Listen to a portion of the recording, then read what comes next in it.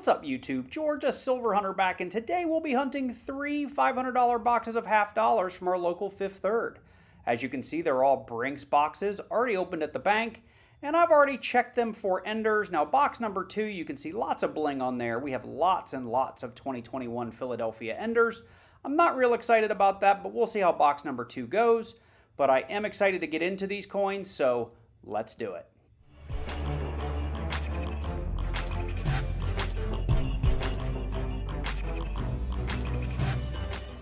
So we're going to go ahead and get into box number 1 right here, and we'll do the first 5 rolls on camera, just so that you guys can see me open them, and hopefully we'll get lucky and find some first roll luck, or first silver luck. What am I saying here? We're looking for silver. That's what we're trying to do. Hopefully we'll find some here in the first 5 rolls as we hunt them together. If you're new to coin roll hunting, if you don't know what silver half dollars are, they are from 1965 to 1970 are made of 40% silver, and anything 1964 and earlier are 90% silver. And you can see I am struggling to hold these coins today. And we're going to edge hunt these first 5, and then I'll go back looking for various mint errors and varieties. But silver half dollars kind of jump right out at you. I've got one right here just to show you what it looks like. But you can see that jumps right out at you. It's pretty easy to find silver in a roll of half dollars. Now, you may have seen me pull this one out separately because silver can also tarnish over time, or it can be dirty because maybe it was in the ground at some point. So anytime you find something old and black and dirty, you definitely want to make sure you give that a second pair of eyes, because it could end up being silver. So along the way, we'll look for other, like I said, mint errors and varieties, and not intended for circulation coins. Those are your 1970, 1987, and 2002 through 2020. So there's a 2002 right off the bat, not intended for circulation. The mint made those. They really only made them available through, I think, their website or to collectors to be bought in rolls or part of mint sets. So they're not supposed to be in circulation. So most coin roll hunters do find those and pull them from their rolls and hang on to them. Or sometimes they make books like I do. I have a full set in my store right now if you're interested in just purchasing an entire set of NIFCs. The link to my store is in the description down below. And other than that, you know, kind of once I've made a couple of sets, I just start tossing them all back, because trying to sell them individually is not terribly, let's say, lucrative. And I find a lot of NIFCs. At one point, I had like $400 or $500 worth of NIFCs sitting in my little stash, so I ended up having to throw a bunch back to the bank. But another 2002. There's a 2016. What is that? That looks like a Denver. We've got a 2013 Philly. I'm going to try to keep some semblance of order here. And here's a 2012 Philly. So we might be on a little NIFC dump here in this box. So here's roll number 5. And then I'm going to clean this board up, and I'll just bring you guys in as we find things. I will not bring you in for every NIFC, simply because they eventually lose their luster after you found, you know, 5 or 6 of them. So let's check right here. There is a 2003. And this might be one as well. Let's see. Nope, that's just a 1982. And that is one. The Philly, we want to check for the no FG, which is the engraver's initials right here in the crook of the leg. Those got polished off of the dies for some of their strikes, and they can be worth a good bit of money if you find them in reasonably good condition. So with that said, we've got 3, 6, 7 NIFCs in the first 5 rolls. Like I said, I'll look for mints, errors, and varieties, and I'll keep hunting and bring you in at our next find. So we're on roll 7, and as you can see, we are continuing to pile on NIFCs. The latest one was actually a really, really nice 2020 Philadelphia. But I'm bringing in here, as I kind of splayed this one out to go through, you can see this proof just jumped right out at us. So this is a 2005 San Francisco. Now, it's a clad proof. You can tell if it's clad versus silver just from the edge.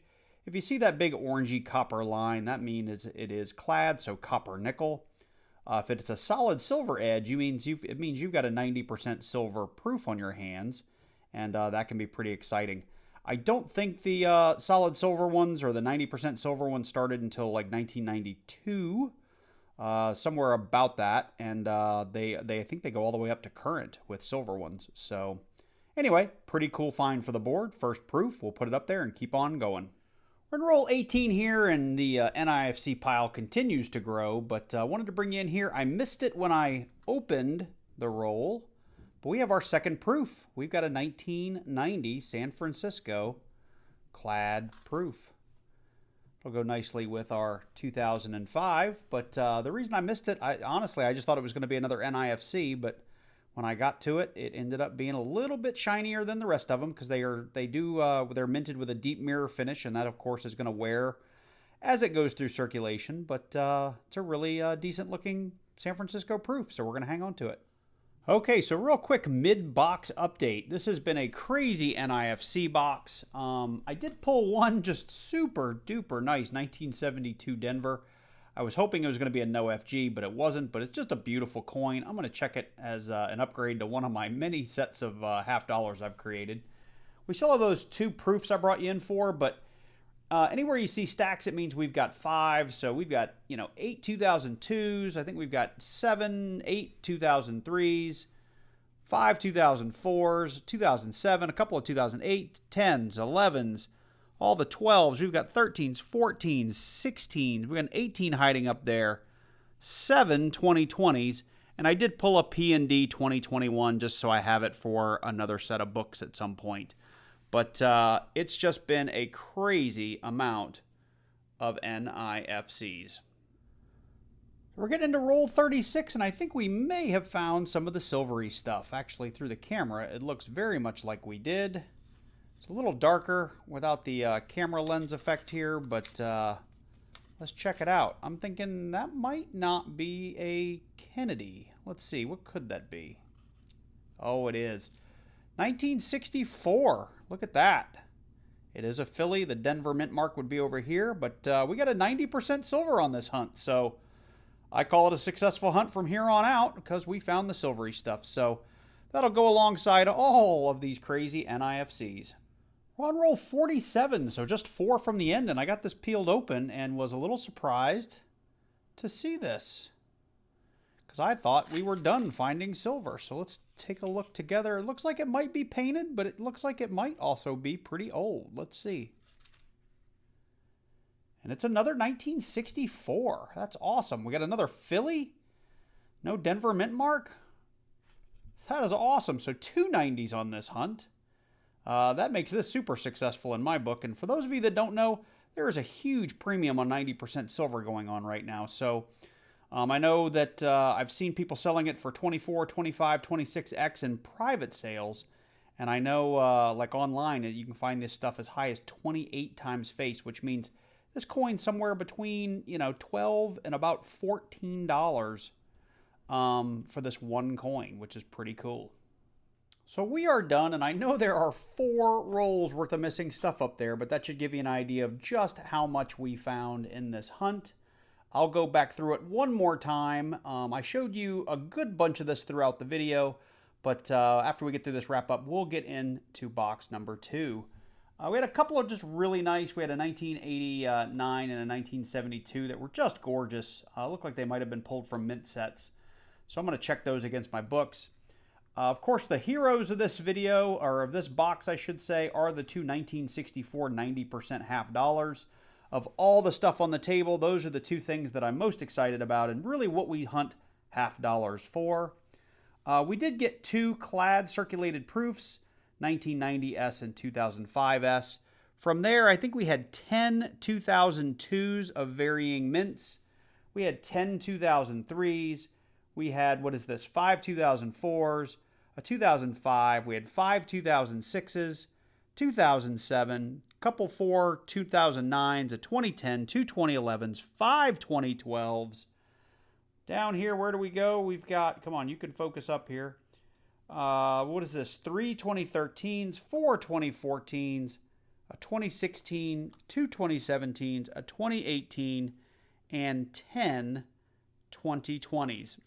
Unfortunately, I think they're all Philadelphia. I went back through them a second ago. So a lot of those will end up getting tossed back because I do not need 10 2020s. I did keep a P&D 2021 and 2 sets of P&D 2022s that I found along the way.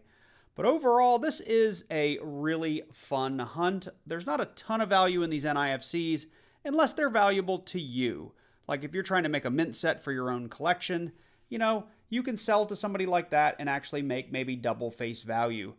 Maybe a little bit more to the right buyer. But at the end of the day, when I get these, I get so many, as you can see, that to me, they're worth 50 cents. But to you, maybe worth a bit more. So I'm going to go through this. I'll keep what I need to finish out the books that I have or that I've started. I've got a couple of people that have asked me to pull a few NIFCs for them, and I'm going to try to do that. But for me, for sure, the big things are the proofs, the silver, and then anything that upgrades our book. So with that, let's jump into box number 2.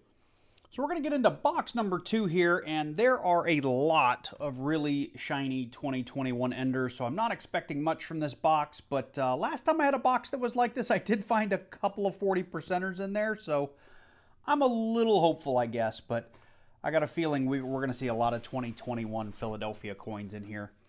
Let's go ahead and get into a couple 4 or 5 rolls together just to see how they look. Yeah, look at that. I mean, you can see it in the reflection. I think we're going to have lots and lots of 2021s. 2021 Philly, 2021 Philly, 21, is that a Philly or a Denver? That is a Philly as well. Philly, Philly, and Philly.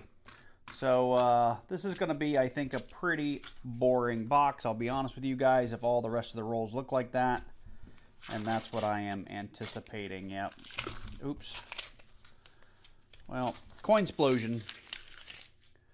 Let's put this back together so we can see just how fiery those edges are for the 2021s. Look at that. That's crazy. I'm not going to go through them all because I'm almost positive they're all 2021s.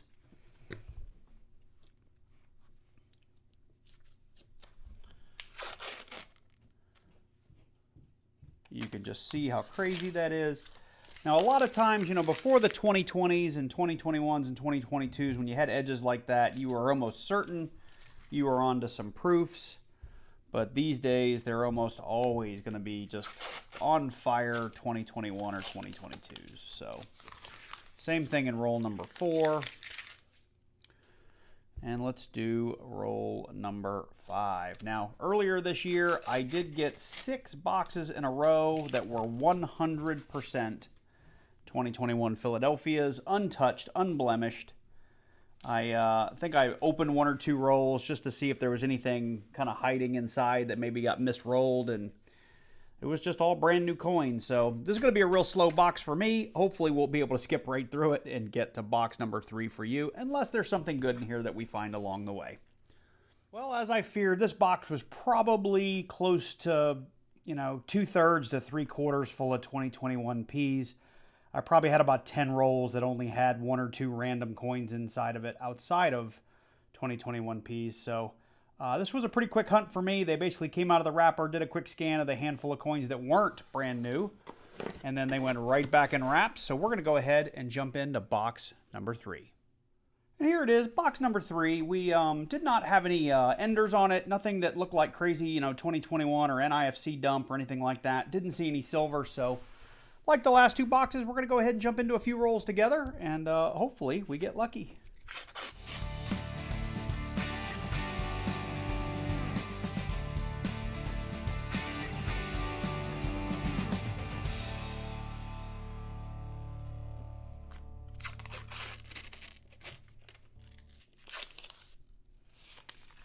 Well, this box is not shaping up to look very good. So far, not even shiny NIFCs. And no silver, of course, so far. It's just an 82. Put that one over here. And this is roll number 10. We'll end it here, and I'll go off camera for the rest. But I just wanted you guys to see me open some rolls and look for silver. All right. Maybe we'll get lucky and find some varieties along the way.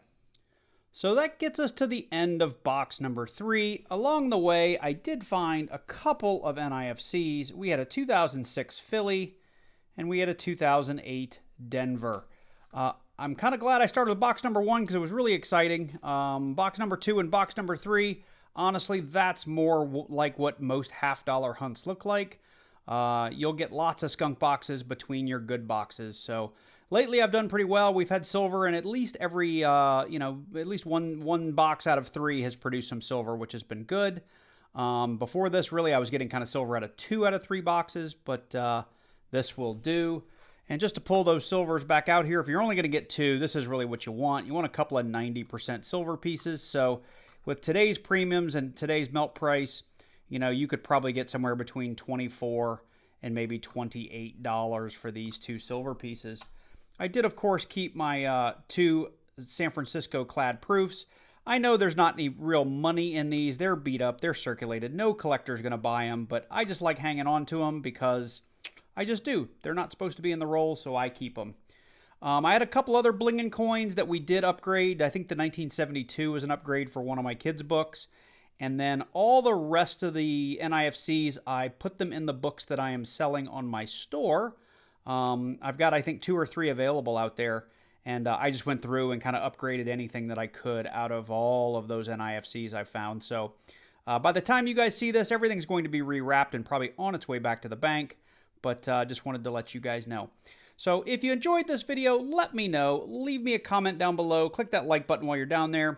If you're new to the channel and you like coin roll hunts or the occasional video on silver, and I try to do a little bit of gold here and there, it's just really expensive right now especially, click on that subscribe button and then click on that little bell and select all so you get notified each and every time I release a new video. With that said, I hope you guys enjoyed it. You guys take care, and I look forward to seeing you in the next one.